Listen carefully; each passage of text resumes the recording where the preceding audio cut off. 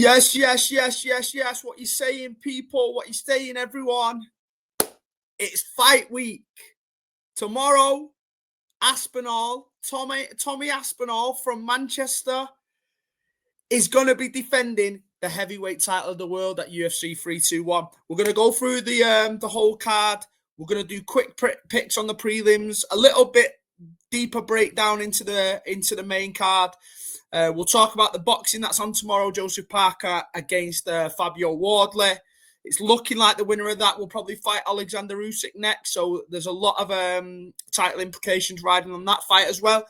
But yeah, do you know what? I'm moving up in the world as well. I finally worked out how to share screen. Check this out, man. I've gone clear. Excuse the mess in the background as well. Obviously, most of you know I'm still getting my my house done up. My kitchen's getting done, so there's boxes and exposed walls everywhere. So allow me, yeah. Let's get into it then. Let's get straight into it. No point beating around the bushes there. So here we go. The prelims. We're gonna go through this relatively quickly, yeah, because there's a lot of trash on this card. Especially when the fights are in UAE or Dubai or the Middle East, they do like to fill it with a lot of local fighters who aren't always the best. Especially when you have such a big fight as the main event, you're gonna get people watching anyway, aren't you? So they like to stack the prelims with up and coming talents that people don't really know a lot about. But we'll run through it as quick as we can. Jacqueline Amorim versus Mizuki. It's an easy walkover win for Jacqueline Amorim. Again, a good prospect coming through. Good grappling. You're probably going to see a submission in this fight. It's very stacked odds against the Japanese fighter. So yeah, Amorim takes the first one. Amorim as well. Very rare we talk about an Amorim winning on this channel. So make the most of it. Azit Maxim versus Mitroposo. I believe Maxim missed weight this morning. It's not recorded that on the website as of yet. But I think this is another walkover for Maxim. He's a big favourite again. Raposo, I mean, he's lost most of his last couple of fights. So, yeah.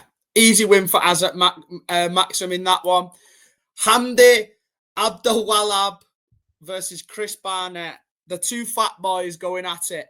Chris Barnett, yeah, is a heavyweight. He has to cut weight to make heavyweight, yeah, and he's 5'9". 5'9", people. He's smaller than he's shorter than Max Holloway and like Brandon Royval, who fights at flyweight. Yeah, I cannot pick any heavyweight to win that's 5'9". I'm sorry. And this guy, this Hamdi, is trash as well. Yeah, I've heard he owns a kebab shop back home in Egypt. But he'll probably get the win. I think he's got relatively decent striking. I watched his last fight against Mohamed Usman, Kamaru's brother, and it wasn't the best fight. It was a bit of a stand-up battle. He's got all right hands, decent enough boxing. So I think he'll be tall enough and stick the jab in Chris Barnett's face. Don't be surprised if Chris Barnett lands one of those spinning wheel kicks again, though. Yeah, but I'm probably going to go with a Hamdi knockout. He'll probably drop Chris Barnett and then follow it up with ground and pound. So we'll go with Hamdi in this one. Another big favourite. Here we go. The first British fighter of the card. My boy, Nathaniel Wood, yeah? How disrespected this guy is by the UFC, by the way. Constant underdog. He's a constant underdog in pretty much all of his fights. He's won every single fight except for one since he's moved up to featherweight, and even that was contentious. Again, an underdog again in this fight, man. He's so disrespected. Last time I said put the house on Nathaniel Wood as an underdog against Morgan Charrier. He got the job done there. I'm not as confident by saying put the house on him this time, but you've got to back Nathaniel Wood, man. This guy's too talented to be an underdog against an up-and-coming fighter who's I think he's had 2 fights in the UFC from the Contender Series. He's won them both by first round KO, so he's obviously got a lot of momentum behind him. He's tall, Ranger, 5'11", which could cause a problem to Nathaniel Wood. He's always a little bit undersized when he's fighting at featherweight. Obviously, he used to be a bantamweight, but the speed and the hands that this man possesses, he can mix it up as well with the grappling. You've got to back him. You've got to back him. It's unbelievable that he's an underdog again. So just for the pure value sake of it and how good I know he is and how good he can be, Nathaniel Wood all day, every day by a decision victory. I think it will be. And then hopefully he should get a top 15 man next. Next up, we've got a heavyweights. Another British fighter, Louis Sutherland, making his UFC debut.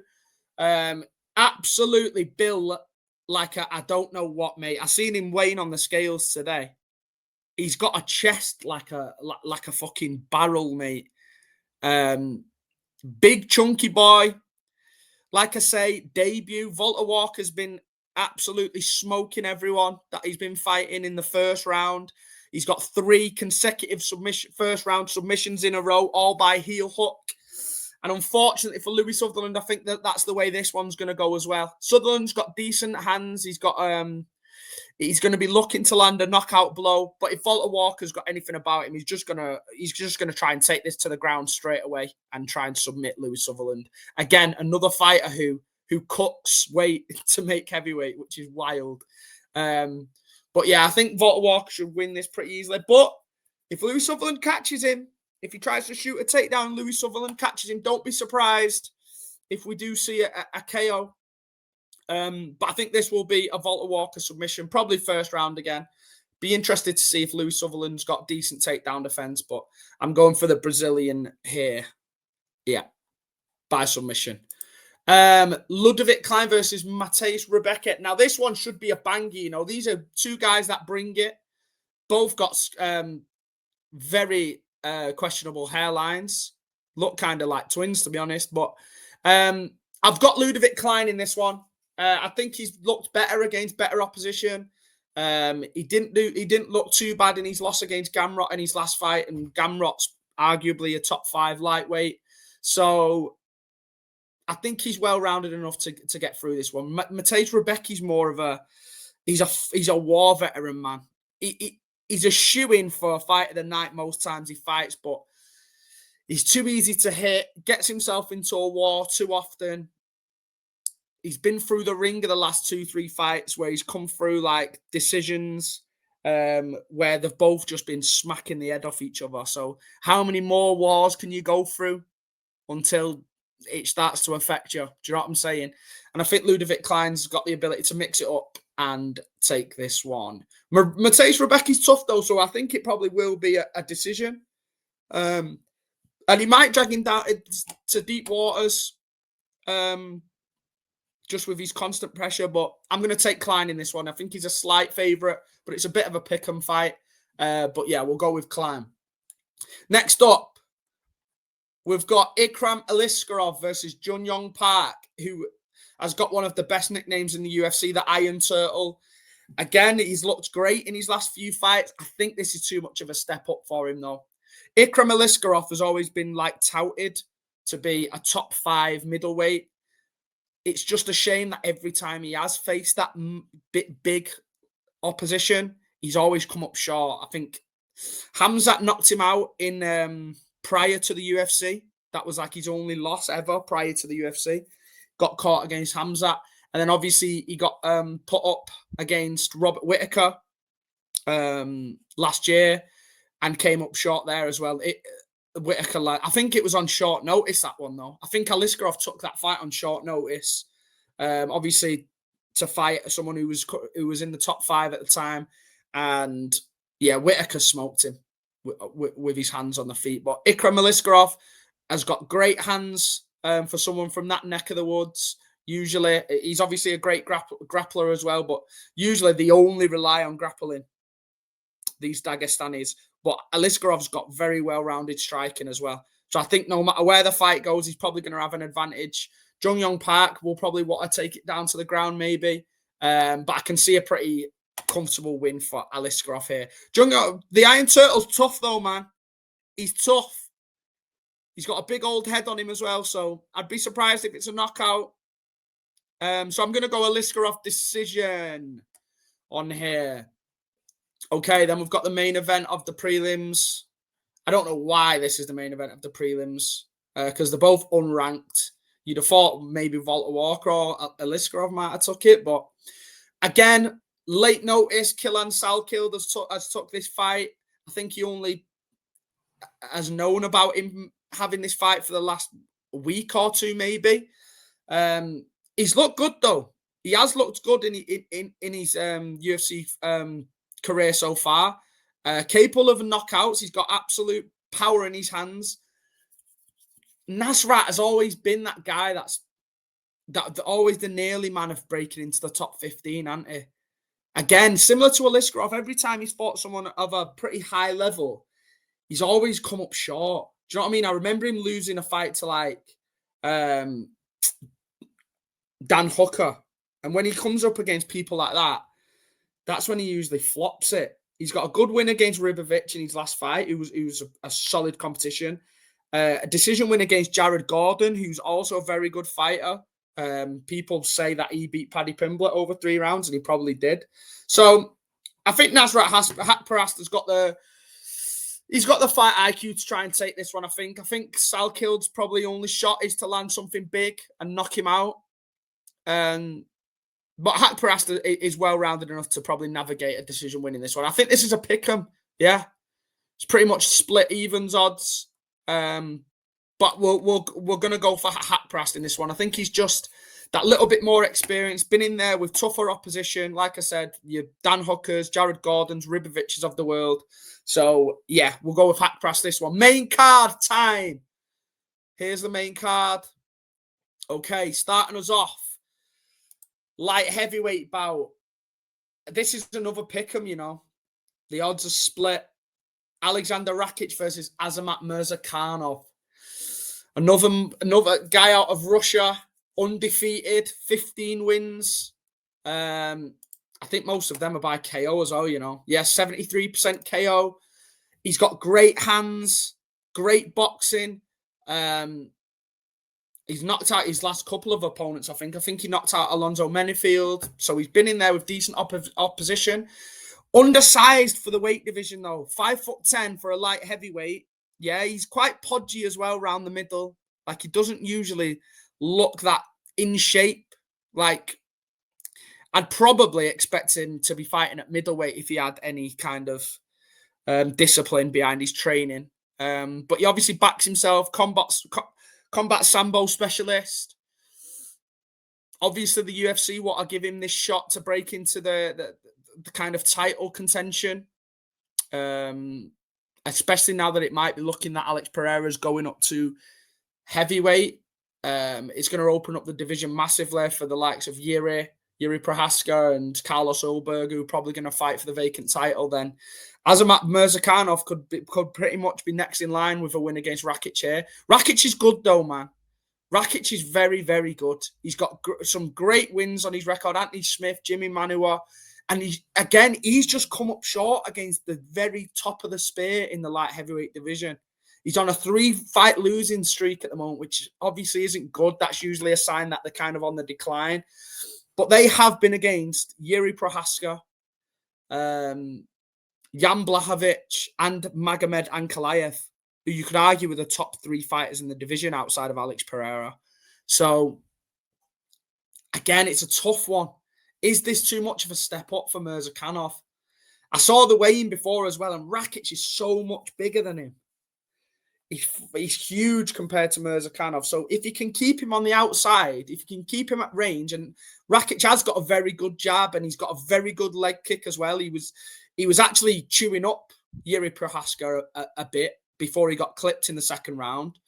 So I think I'm going to go Rakic to bounce back here, you know. He is a slight underdog.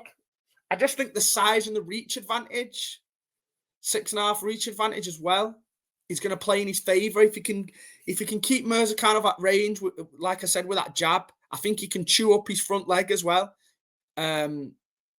I think he could get himself a points decision win here, Rakic. He's just got to fight smart. You can't let Mirzakhanov get on the inside because he has got knockout power. He has got great hands. So if he can stay on his bike and just pick him apart from range, I think Rakic can take this one. I'm going to go Rakic by decision as an underdog. Another underdog pick. But yeah, it's a tough one. It probably won't be going on my accumulator, but yeah, good fight.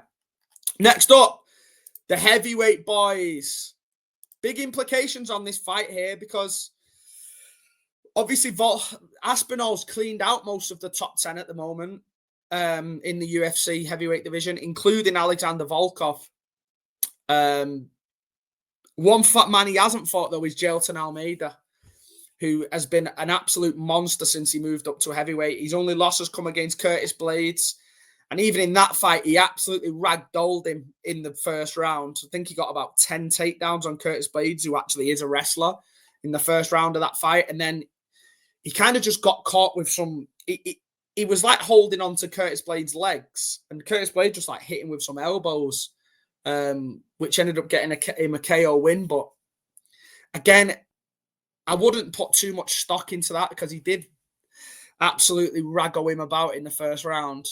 I do question the size, though. Again, Jailton Almeida used to be a middleweight. I think he might have even started his career at welterweight, We're going back years here, but yeah, he was a middleweight, obviously came into the UFC, and I think he had a bit of a run at light heavyweight as well, then decided to move up. Unbelievable grappling, unbelievable jiu-jitsu. Not the most exciting to watch because he can go to a lot of lay and pray decisions sometimes where he just has top control and doesn't always chase the ground and pound and the submissions. But he's probably your man that you're looking to put in with Aspinall or obviously Gane next if he gets the win. But then Volkov, man, has looked as good as he's ever looked in his last few fights. Obviously, Tom cleaned him out in the first round when they fought in London a few years ago. Tom took him to the ground and submitted him within a round, which is pretty worrying considering he's fighting a submission specialist in Jailton Almeida. But Volkov knows what this guy's going to bring. Yeah. He knows his only chance is to try and double leg him and take him to the ground. Volkov's got excellent takedown defense. Aspinall only took him to the ground because he was kind of standing in the pocket and trading with him and then kind of burst a double leg whilst he was in range. Jailton Almeida shoots his shots from miles away compared to what Aspinall did in that fight. Like, Jailton Almeida will try and shoot a takedown from the other side of the octagon. And when you're as big as Volkov, 6'7", and your hips are as high as his are, and your legs are as strong, if Jailton Almeida's shooting from that far out, I think he's going to be able to defend it. Get up against the fence, push his head into the canvas, and then obviously Jailton Almeida will start to tire then if he keeps failing on his takedowns. Volkov showed good grappling against Cyril Gane in his last fight as well, which he won, by the way. Yeah, I think he was robbed that night. He obviously had a good win against Pavlovich as well, who before coming up against Tom Aspinall was tipped to be the next big thing in the heavyweight division. So yeah, it's a tough one. Volkov's the underdog. And obviously the UFC want it to be Almeida because Volkov's fought Aspinall before. But I think Volkov might do it, I just think Jailton, the only way Jailton's gonna get takedowns on Volkov is if he stands in the pocket and trades with him. And I just can't see him doing it. I don't think he's got the hands. Bear with me a second.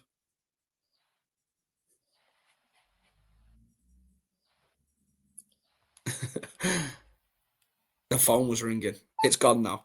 Yeah, I don't think he's got the hands. Obviously, Tom's got unbelievable boxing, so was willing to stand in the pocket with Volkov, and that allowed him to chain in his takedowns. I don't think Jailton Almeida will be able to get in Volkov's reach as easily. He's gonna kick him to the body. He's gonna stick the jab in his face, and just knowing how one-dimensional Jailton Almeida is, surely Volkov would have trained for that exact style. So I think Volkov's going to take this as an underdog, you know. That's going to be my underdog pick again for the main card. Actually, 2 underdogs so far. So I'm going to take Volkov maybe by KO, you know. It is only 3 rounds. And Almeida, when he gassed against Blades and he couldn't get the finish, he got KO'd, man. So Volkov could end up hurting him on the feet if he can keep stuffing the takedowns. So I'm actually going to go for a Volkov KO, but it very well could be decision as well, and a close decision, because Jelton might end up riding his back for the whole of the first round, not get the finish, and then gas out, and Volkov takes the last 2. So we might see a little bit of a split decision, 29-28 as well. But yeah, Volkov's a good underdog price in that fight, I think.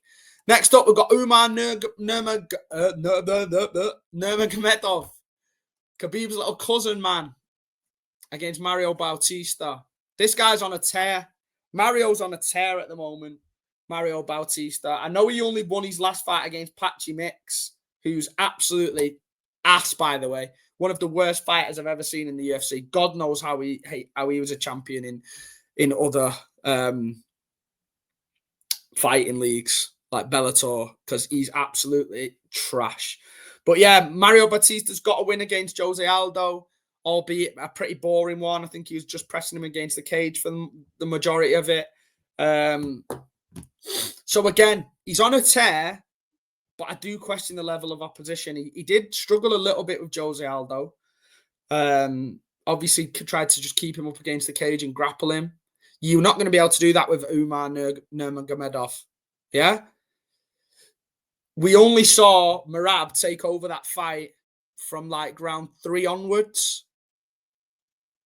When Umar fought for the belt.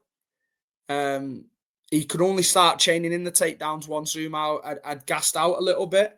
This is a 3-round fight. And Umar Nurmagomedov, easily the best all-round fighter in the bantamweight division for 1 or 2 rounds.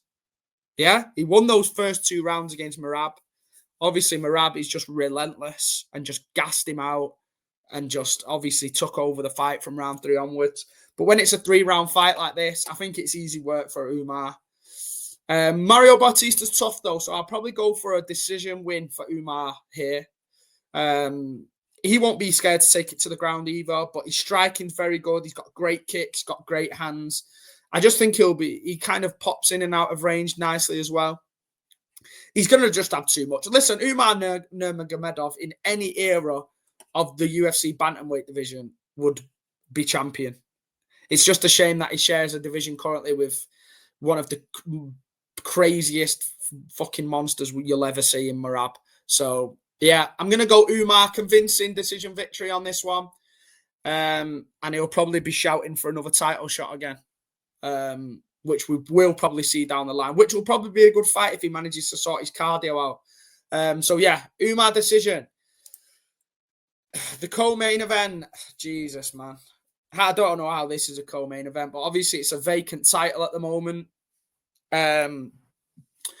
We all know, well, everyone might not know, but Weili Zhang's moving up from the strawweight division in order to fight for the flyweight strap against Valentina Shevchenko.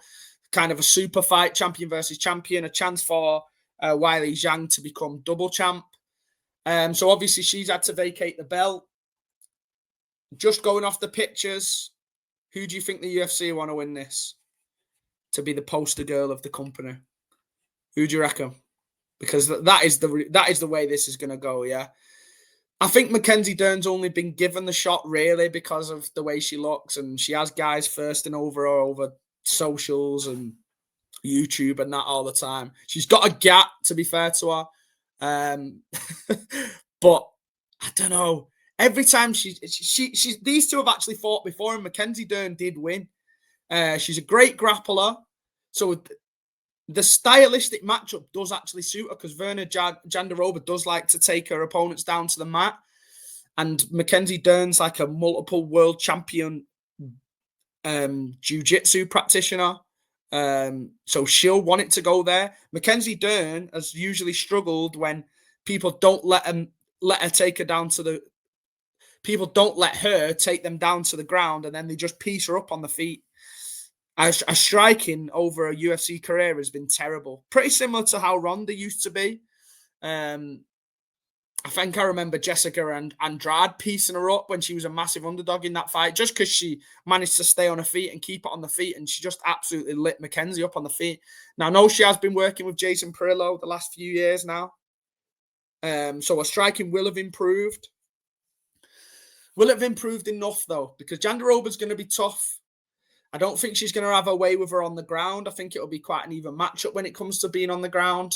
Jandiroba might try and take her down and just keep her in guard and try and land some ground and pound on her.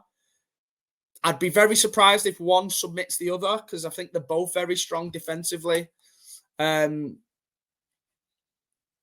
the ground as well. But I think I've got the underdog again, you know. I think I'm going Jandiroba. I think she's just on more of a tear. Like, she's got some great wins recently. Well, let's see what a record is. I know she usually just ragdolls her opponents, yeah. She beat Yan Xiaonan, who was tipped to be like a next title challenger, who's obviously fought Weili Zhang as well. All mostly decision victories. She submitted Amanda Lemos, decision against Marina Rodriguez. Yeah, she's just kind of a relentless grappler, man. And I think she's going to take Mackenzie Dern down. Hold her in guard, keep the pressure up, hold her against the fence, grapple with her up against the fence as well.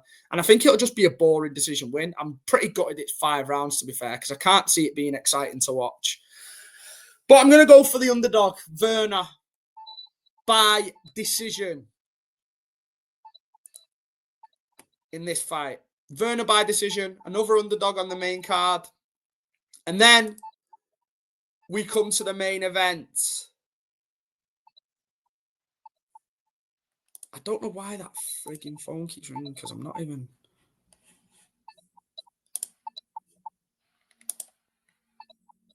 So clapped, man.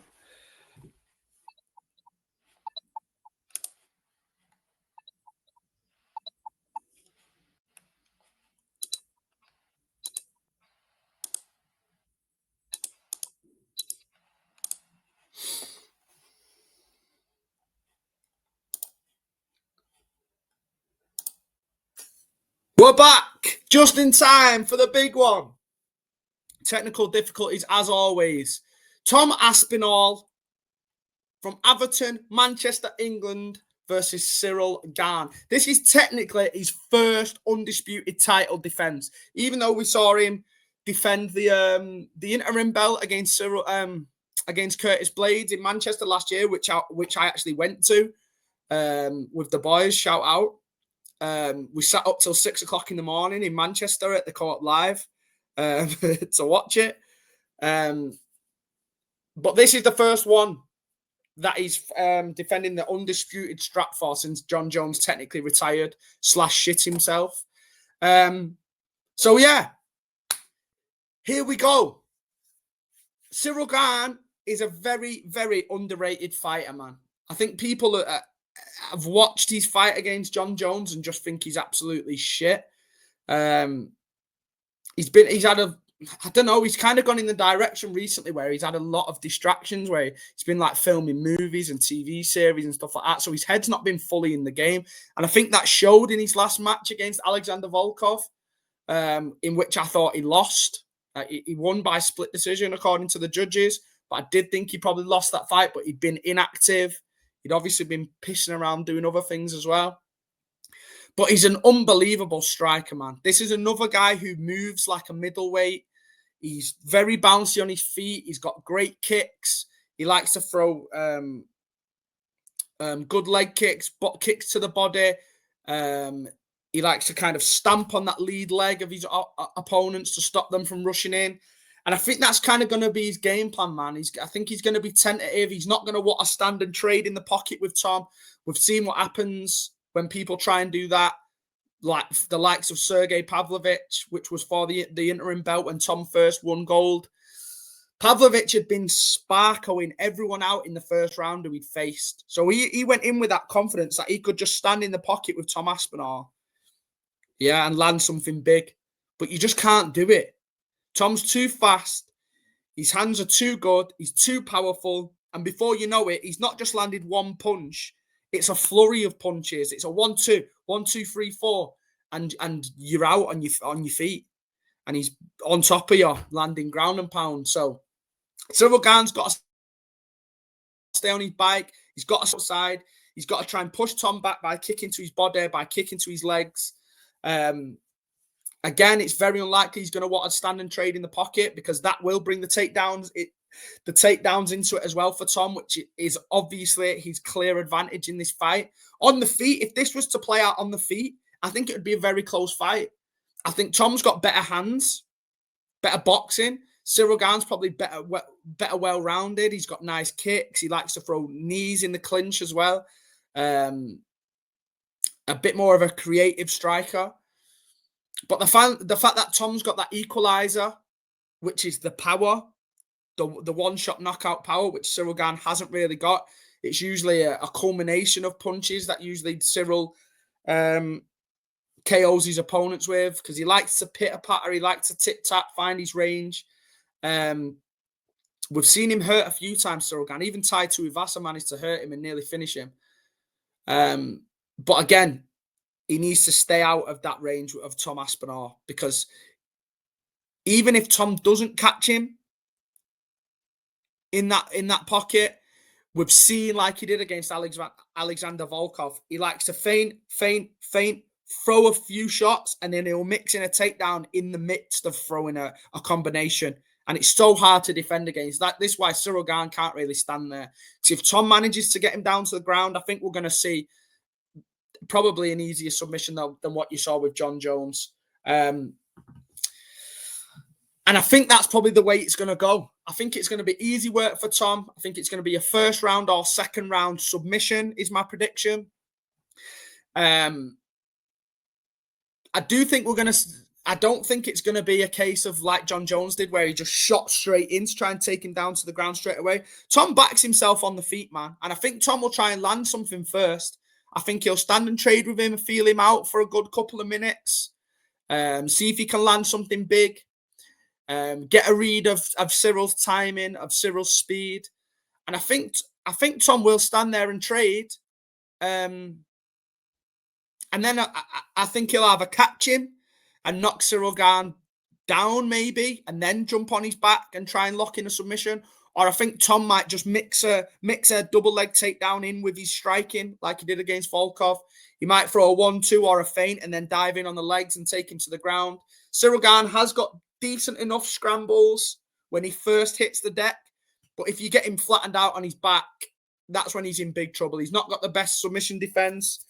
And I think Tom's got just fucking unreal, man. I think this guy will end up being the best heavyweight in UFC history. So, yeah, I think Tom lands the double leg takedown. I think he takes him to the ground, flattens him out. We might see a little bit of a scramble from Gane, but if Tom manages to keep hold of a lock around his body, he'll just ride him and take him straight back down again. Cyril Gane's going to be watching for his neck, yeah, so much, because John Jones practically just bulldog choked him last time like a kid in the playground. So I think Tom Aspinall is going to get hold of one of his limbs in this one. I think it might be a submission by. We saw a straight arm lock against Alexander Volkov. I think it might be something similar to that, or a Kimura. If he gets hold of one of Cyril Gane's arms when he's on his back, can kind of just wrap the Kimura around the side. So I think it will be a first round submission or second round submission for Tom Aspinall. Either way, it's not going past the second round. It wouldn't surprise me if Tom Aspinall knocks him spark out either with his hands. Like I said, Gane's been caught before, and if he's kind of jumping in and out of range like he likes to do, he likes to be bouncy on his feet. If he kind of blitzes in on Tom, he's going to get caught, man. And same with Tom backing him up to the cage. If Gane suddenly runs out of room and there's kind of no space for him to maneuver anymore, Tom's explosiveness and his ability to close space quickly is second to none, man. Especially in the heavyweight division. Before he's known it, Gane will be backed into a corner and it'll be boom, boom, 1-2, and that's it. Good night, because nobody can really take the take the power either. So yeah, that's my prediction for the main event. Tom Aspinall, who's a City fan, by the way.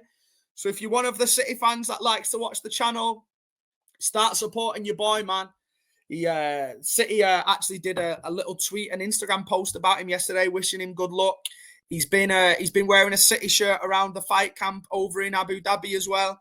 So if you City fans are looking for someone to jump on the back of in the UFC, or you're just getting into the sport, this is your man. This is your man. Local lad, City fan. I know he takes his sons to the games and stuff like that as well. And he could go on to be one of the biggest things the sport's ever seen. So yeah, that's pretty much the breakdown of the whole card.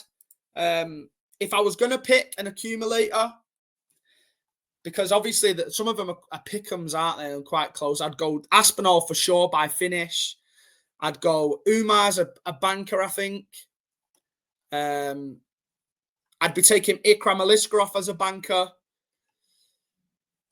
Volta Walker as a banker as well. I think those four are probably your locks for the whole night. But then I do like the underdog picks on Nathaniel Wood as well. And Volkov. I do like Volkov as an underdog as well. And Jandaroba. So if you don't mind a little outside bet, a little underdog bet, then Nathaniel Wood, Volkov, and Jandaroba are all decent price if you want to mix one of them in with your favourites. But yeah, that's pretty much the rundown of the card. Let me know if you agree with my picks. Let me know who you've got. I might actually be doing a live stream tomorrow for the main card, you know. So I'm not 100% whether to or not yet, but if you think it's a good idea, obviously let me know in the comments. If we get a little bit of interest in it, then I might do a live watch along for the UFC card tomorrow. I'll put it on Twitter as well, see what traction we get there. Very quickly before we go though, we'll just look at the Fabio Wardley fight, innit? Against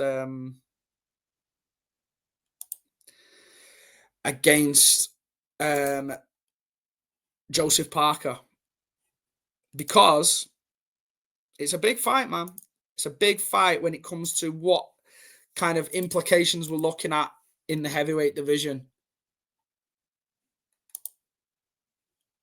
So, Joseph Parker should be really getting a title shot already, by the way, with Oleksander Usyk. But I don't know what they're waiting about for. I think the WBO ordered it.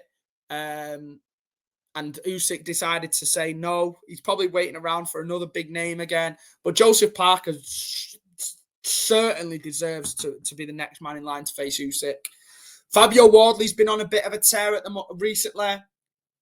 Again, British fighter with a white collar background. He's beat Olympians like Fraser Clark, knocked him out convincingly.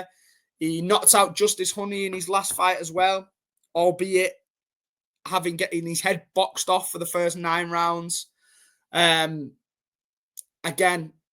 I think this is going to go similar to the Honey fight. Joseph Parker's just a world-class version of Justice Honey, right? And Justice Honey boxed the head off Fabio Wardley for the entirety of that fight. But then Fabio Wardley's just got this God-given power where if he lands one dig on you, he's cleaned you out. Which is what he did. Unfortunately, for Honey, who was also from Australia, like Joseph Parker is. But Parker's too good, man. He's too experienced for that.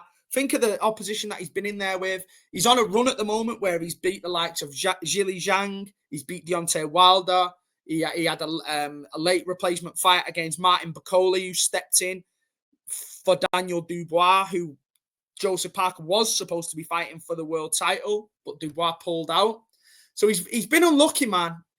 And he's just he's probably outside of the British boys. He's probably my favorite heavyweight fighter, man, because he likes to stay active.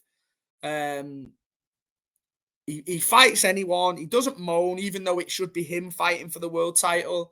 The world title should be on the line in this fight, really. I think if Usyk turned that fight down, then he should have been ordered to vacate that WBO title, just so we've got something on the line here. But I think Joseph Parker's just going to be too technically good for Fabio Wardley. I know he's a relatively big favourite. I just think he's going to outbox him.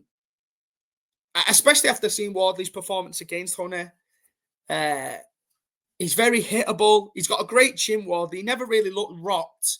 So I think he's tough enough to navigate himself towards being able to get to the final bell. So my prediction probably would be a Joseph Parker decision win, but don't be surprised if Parker knocks him out either, because we've seen that he has got the power. He probably has got more power than Honey as well. And yeah, he's just carrying that momentum at the moment, isn't he, off the back of all those wins? Knowing that if he wins this, he's probably next in line for Usyk as well. There's a lot on the line for him. So yeah, I think Joseph Parker gets this done, and I think he gets it done relatively convincingly as well. So I'm going to go Parker decision. He's another one to add to your accumulator if you fancy it. I think Parker, Aspinall, Nurmagomedov, Volta Walker, and Ikram Aliskerov. That's a decent little fivefold that for you to put together if you want to. But yeah, that's pretty much it. Parker wins by decision. I'll be very surprised if Fabio Wardley lands the killer blow, but he might do. That should be on straight after the UFC as well, you know. What a day of sports we've got tomorrow. So I think the UFC prelims start at like 5 p.m. I think they're being televised. And then the main card is on at 7 p.m., which will run through till about 10-ish. I think Aspinall will come on about 9:30. Then that fight should finish just after 10. And then I think this fight here, Joe Parker Wardley, will start walking about 10:30. So we're going to go back to back combat sports. But yeah, like I said, big up everyone. Hit me up with your picks. Who have you got? Hit me up if you fancy dropping in for a live watch along tomorrow. But yeah, there's the breakdown. Them the breaks. Let me know if you've managed to win some cash moolah, and I'll be trying to do the same.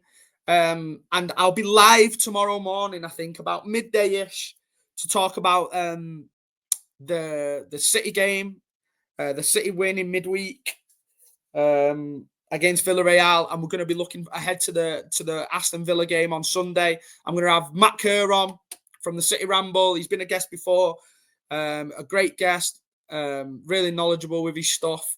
So we'll be chopping it up about City as well. So if you're not into your combat sports, then be sure to check in on the City stream tomorrow. But yeah, big up everyone. Enjoy your weekends, and I'll catch you soon. See you in a bit.